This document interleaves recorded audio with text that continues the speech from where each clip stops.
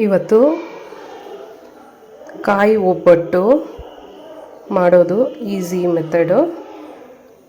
First ಮೈದಾ, ಬೆಲ್ಲ, ತೆಂಗಿನ ತುರಿನ ಸ್ವಲ್ಪ ಮಿಕ್ಸಿಗೆ ಹಾಕಿಟ್ಕೊಂಡಿದ್ದೀನಿ. ಆಮೇಲೆ ಸ್ವಲ್ಪ ಏಲಕ್ಕಿ ಪೌಡರು. ಇವಾಗ ಫಸ್ಟಿಗೆ ಹಿಟ್ಟು ಕಲಿಸ್ಕೊಂಬಿಡೋಣ. ಹಿಟ್ಟಿಗೆ ಒಂದು ಸ್ವಲ್ಪ 1/4 ಟೀ ಸ್ಪೂನು ಅರಿಶಿನ,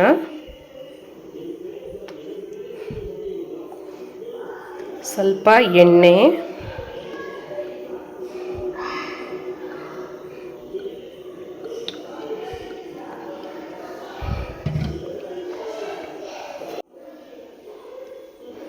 ಇವಾಗ ಹಿಟ್ಟನ್ನ ಕಲಿಸ್ಕೊಳ್ಳೋಣ.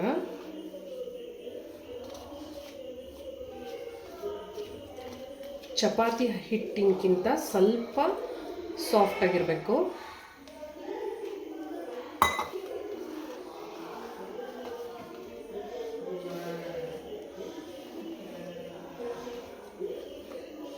ತುಂಬ ಸಾಫ್ಟಾಗಿ ಮಾಡ್ಕೊಳ್ಬಾರ್ದು, ಆಮೇಲೆ ಒಬ್ಬಟ್ಟು ಚೆನ್ನಾಗಿ ಬರಲ್ಲ.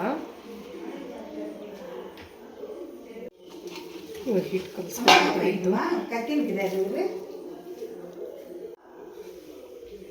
ಈಗ ಸ್ವಲ್ಪ ಎಣ್ಣೆ ಹಾಕ್ಬಿಟ್ಟು ಇನ್ನೊಂದು ಸ್ವಲ್ಪ ನಾದ್ಬಿಟ್ಟು ಸ್ವಲ್ಪ ಒಂದು ½ an hour ರೆಸ್ಟಿಗೆ ಇರಬೇಕಿದು.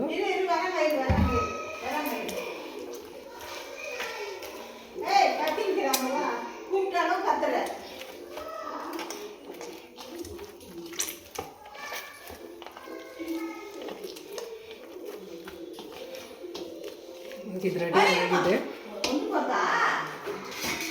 ಒಂದು ½ an hour ಕ್ಲೋಸ್ ಮಾಡಿಬಿಟ್ಟು ಸೈಡ್ಗೆ ಇಡೋಣ. ಇವಾಗ ಇದ್ರ ಫಿಲ್ಲಿಂಗ್ ರೆಡಿ ಮಾಡ್ಕೊಳ್ಳೋಣ. ಇವಾಗ ಬಾಣಲಿ ಇಟ್ಕೊಂಡು ಸ್ಟವ್ ಆನ್ ಮಾಡೋಣ.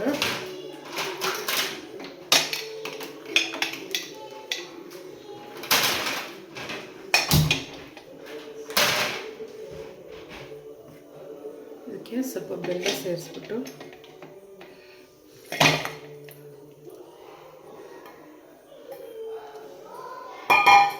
ಬೆಲ್ಲದ ಪಾಕ ಬರಬೇಕು, ಸ್ವಲ್ಪ ನೀರು ಸೇರಿಸೋಣ.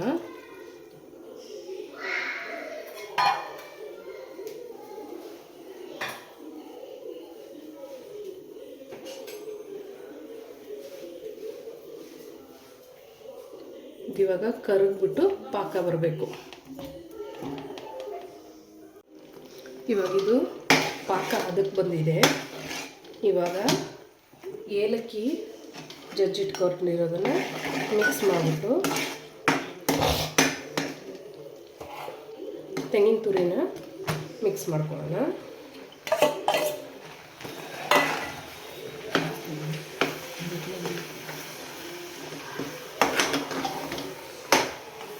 ಇದು ಸ್ವಲ್ಪ ಗಟ್ಟಿ ಆಗೋವರೆಗೂ ನಾವು ಕಲಿಸ್ತಾನೇ ಇರಬೇಕು.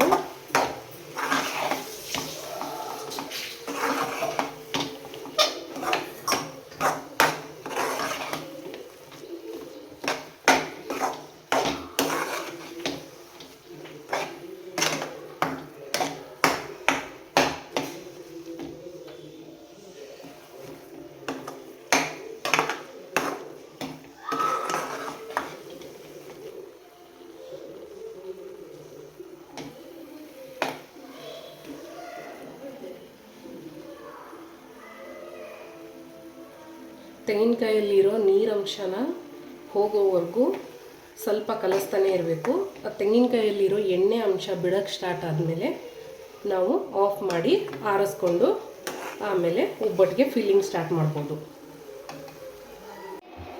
ಇವಾಗ ಇದು ರೆಡಿಯಾಗಿದೆ. ನಾವು ಫಿಲ್ಲಿಂಗ್ ಮಾಡಿಕೊಂಡು ಬೇಯಿಸ್ಕೊಳ್ಳೋಣ.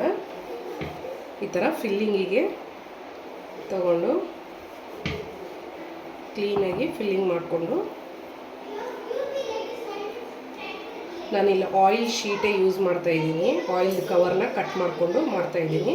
ಇವಾಗ ಸಿಲಿಕಾನ್ದು ಒಬ್ಬಟ್ಟದ್ದು ಪೇಪರ್ಸೂ ಬಂದಿದೆ. ಆಮೇಲೆ ಯೂಸ್ ಆ್ಯಂಡ್ ಥ್ರೋನು ಬಂದಿದೆ. ಕೈಲೇ ತಟ್ಕೋಬೋದು, ಇಲ್ಲಾಂದರೆ ಚಪಾತಿ ಲಟ್ಟಣಿಯಿಂದ ನೀವು ಒತ್ಕೋಬೋದು.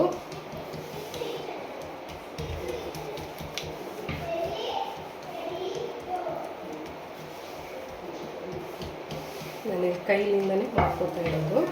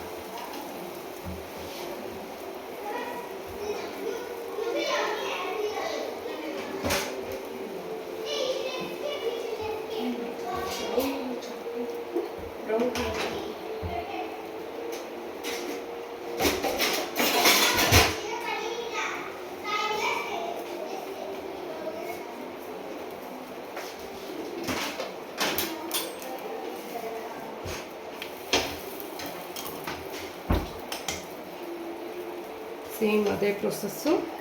ನೆಕ್ಸ್ಟು ಎಲ್ಲನೂ ಫಿಲ್ಲಿಂಗ್ ಮಾಡಿಕೊಂಡು ಈ ಥರ ಬೇಯಿಸ್ಕೊಂಡ್ರೆ ರೆಡಿ ಆಗಿಬಿಡುತ್ತೆ. ತುಂಬಕ್ಕೂ ಈಸಿಯಾಗಿದೆ.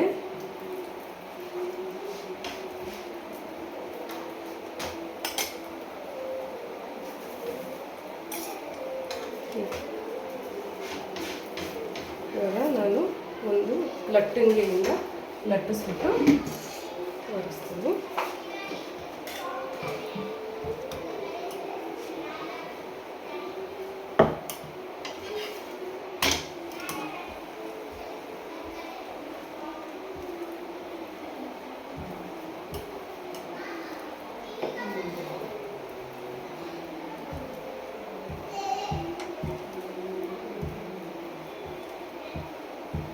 ನಿಮ್ಗೆ ಎಷ್ಟು ದೊಡ್ಡದು ಬೇಕೋ ಅಷ್ಟು ದೊಡ್ಡದಾಗಿ ಲಟ್ಟಿಸ್ಕೋಬೋದು. ಕೈಲೇ ಒತ್ತೋಕ್ಕಿಂತ ಲಟ್ಟಣಿಗೆಯಲ್ಲಿ ಇನ್ನೂ ಸಣ್ಣ ಬರುತ್ತೆ, ತೆಳ್ಳಗೆ ಬರುತ್ತೆ. ಕೈಯಲ್ಲಿ ಮಾಡಿದ್ರೆ ಸ್ವಲ್ಪ ದಪ್ಪ ಬರುತ್ತೆ ನಿಮಗೆ.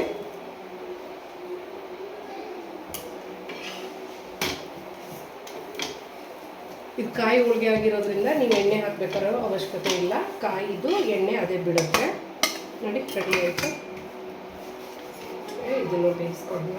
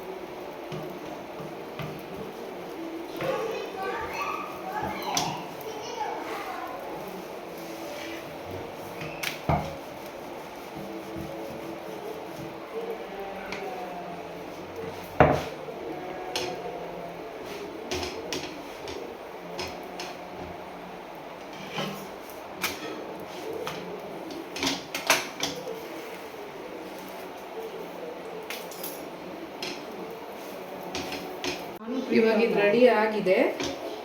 ಎರಡು ಕಡೆ ಚೆನ್ನಾಗಿ ಬೆಂದಿದೆ. ಇವಾಗ ತಕ್ಕೊಂಬಿಡೋಣ.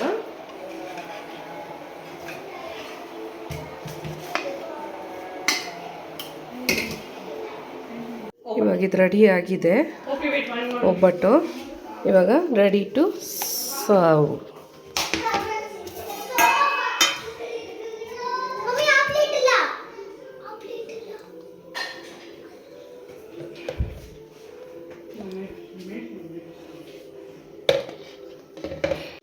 ಇವಾಗ ನಮ್ಮ ರುಚಿಕರವಾದ ಒಬ್ಬಟ್ಟು ಸವಿಯಲು ಸಿದ್ಧ.